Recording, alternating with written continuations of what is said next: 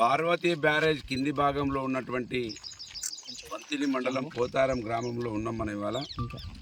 ఇక్కడ నీళ్లు పోటు గమ్మి దాదాపు 5 రోజులు పొలాలలో పత్తి చేన్లలో నిలువుగా ఉండడం వలన మొట్టమొదటిసారిగా పోతారం గ్రామంలో గోదావరి ఒడ్డుకే ఉన్నది. ఈ పోతారం, విలోచౌరం, ఉప్పట్ల ఈ గ్రామాలు 5 రోజులు నీళ్లు నిలబడి ఇప్పటి వరకు ఉండలేదని రైతులు పెద్ద మనుషులు చెప్తా ఉన్నారు. ఈ నీళ్లు నిలబడి ఉండడం వలన పత్తి, వరి 3-4 రోజులు నీళ్లు నిల్వ ఉంటే ఏం కాదు కదా అని నేను రైతులను అడిగితే వాళ్ళు సైంటిస్టుల కన్నా గొప్పగా ఏం చెప్పారంటే, ఈ గోదావరి వేడి నీళ్ళు వస్తాయి. ఆ వేడి నీళ్ళు 4-5 రోజులు నిల్వ ఉండడం వలన అసలు పొలంలో కూడా వాసన వస్తుంది, స్మెల్ వస్తూ ఉన్నది, మురుగు వాసన వస్తూ ఉన్నదని రైతులు చెప్తారు. అంటే వరి పొలం కూడా పోయింది. కనుక ప్రభుత్వం వెంటనే స్పందించి ఇప్పటి వరకు ఒక్క కాడ కూడా నష్టపరిహారం ఇవ్వలేదు. అధికారంలోకి రాకముందు పంటకి ఇన్సూరెన్స్ చేస్తా అన్నారు, పంటలకు మంచి గిట్టుబాటు ధర ఇస్తా అన్నారు కాంగ్రెస్ పార్టీ వాళ్ళు. ఇప్పటి వరకు పోయిన సంవత్సరం మునిగిపోయినటువంటి పంటలకు కూడా నష్టపరిహారం ఇవ్వలేదు. ఈసారన్నా ఖచ్చితంగా నష్టపరిహారం ఇవ్వాలి. పోతారం గ్రామంలో చూస్తేనే దాదాపు 250 ఎకరాలు పైచిలుకు పత్తి, వరి కలిపిపోయినట్టుగా మేము అంచనా వేస్తూ ఉన్నాం. విలోచౌరం గ్రామంలో కూడా దాదాపు 200 పైచిలుకు ఎకరాలలో పంట నష్టం జరిగి ఉంటుంది. వెంటనే మేనిఫెస్టో కమిటీ చైర్మన్ మంత్రిని ఎమ్మెల్యేనే ఉన్నాడు కనుక మంత్రిని ఎమ్మెల్యేనే ముఖ్యమంత్రి గారికి అతి సన్నిహితంగా ప్రతిరోజు ఆయనతోటి కలిసి ఉంటా ఉన్నాడు కనుక ఆయనకు ఓటేసినటువంటి రైతులను ఆదుకోవాలని డిమాండ్ చేస్తూ ఉన్నాను. ఇప్పటికైనా కాంగ్రెస్ పార్టీ కళ్ళు తెరిచి మా తిరుపతి అన్న అంటా ఉన్నాడు, ఈ ఎస్ఆర్ఎస్పీని కూలగొడితే అయిపోతుంది కదా, ఏ బాధ ఉండదు కదా అని అంటా ఉన్నాడు. అంటే నవ్వుకుంటా ఉన్నారు. ఇవాళ ఇప్పటికైనా ఆ సిరిపురం బ్యారేజ్ గేట్లను కిందికి దించి ఎండాకాలంలో ఆ నీళ్లు మాకు ఉపయోగపడే విధంగా గ్రౌండ్ వాటర్ ఎప్పటికి కూడా స్టేబుల్గా ఉండేటట్టుగా, ఎందుకంటే గ్రౌండ్ వాటర్ 800 ఫీట్ల నుంచి 200-300 ఫీట్లకు పైకి వచ్చినాయి నీళ్లు. మళ్ళీ మొన్నటి ఎండాకాలంలో మేము చూస్తే దాదాపు మళ్ళీ 800 ఫీట్లకు కిందికి పోయినాయి నీళ్లు.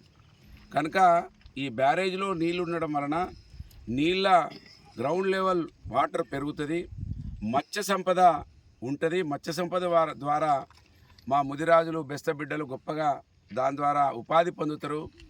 ఈ బ్యారేజీలలో మేము ఆ రోజు ఇక్కడ వ్యవసాయ భూములు పోయినటువంటి వాళ్ళకు కూడా వాటా ఇవ్వడం జరిగింది. అంటే రైతులు కూడా ఆ చేపలను పట్టుకోవచ్చు.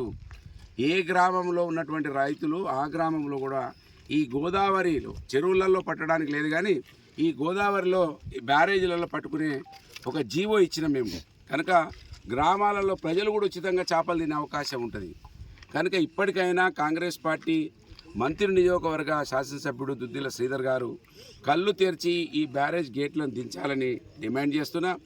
ఈ పంట పొలాలను ఇమ్మీడియట్లీ సర్వే చేయించి వాళ్లకు ఖచ్చితంగా ఎకరానికి 25,000 రూపాయల నష్టపరిహారం ఇవ్వాలని డిమాండ్ చేస్తున్నా. రైతుల పక్షాన విజ్ఞప్తి కూడా చేస్తున్నా, ఆదుకోవాలి. ఎందుకంటే ఇంత పెద్ద పదవి మీకు, ఈ ప్రజలు ఓట్లేస్తే మరీ ముఖ్యంగా రైతులను నమ్మించారు మీరు. రైతులకు బోనస్ ఇస్తా అన్నారు, పంట నష్ట పరిహారం ఇస్తా అన్నారు, ప్రతి ఎకరానికి ఇన్సూరెన్స్ చేస్తామన్నారు, రైతు డిక్లరేషన్ చేసారు. మీరు రైతులను నట్టేట ఇప్పటికే 2 సంవత్సరాలు మూస్తూ ఉన్నారు. ఇప్పటికైనా రైతులను ఆదుకోండి. రైతులను ఎప్పటికైనా ఈ దేశానికి అన్నం పెట్టేవాడు రైతే కనుక రైతు మంచిగా ఉంటేనే రాజ్యం మంచిగా ఉంటుందనే సామెతలు ఇప్పటికి కూడా మన కళ్ళ ముందట మెదులుతూ ఉన్నాయి. కనుక ఈ కార్యక్రమాన్ని తీసుకోవాలని మంత్రి ఎమ్మెల్యేలకు సూచన చేస్తూ, విజ్ఞప్తి చేస్తూ, డిమాండ్ కూడా చేస్తూ ఉన్నాను. ఇది అమలు జరుగుతుందని. లేకపోతే ఖచ్చితంగా అంశాల వారీగా మా పోరాటాలు ఉంటాయి.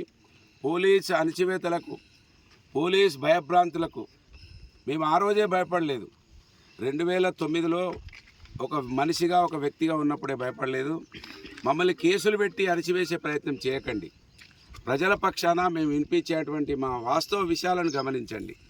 మేము వాస్తవాలు చెప్తే వాటినే మీరు దృష్టిలో పెట్టుకోండి అని ఈ సందర్భంగా గుర్తు చేస్తూ, మరి రైతులకు ఖచ్చితంగా ఈ మట్టిలో పుట్టిన బిడ్డగా, స్వయానా రైతు కుటుంబంలో పుట్టిన బిడ్డగా, ఎప్పుడు ఏ అవకాశం ఏ సమయంలోనైనా మీకు అవసరం ఉంటే అప్పుడు మీకు అందుబాటులో ఉంటా అని హామీ ఇస్తా ఉన్నాను. జై తెలంగాణ.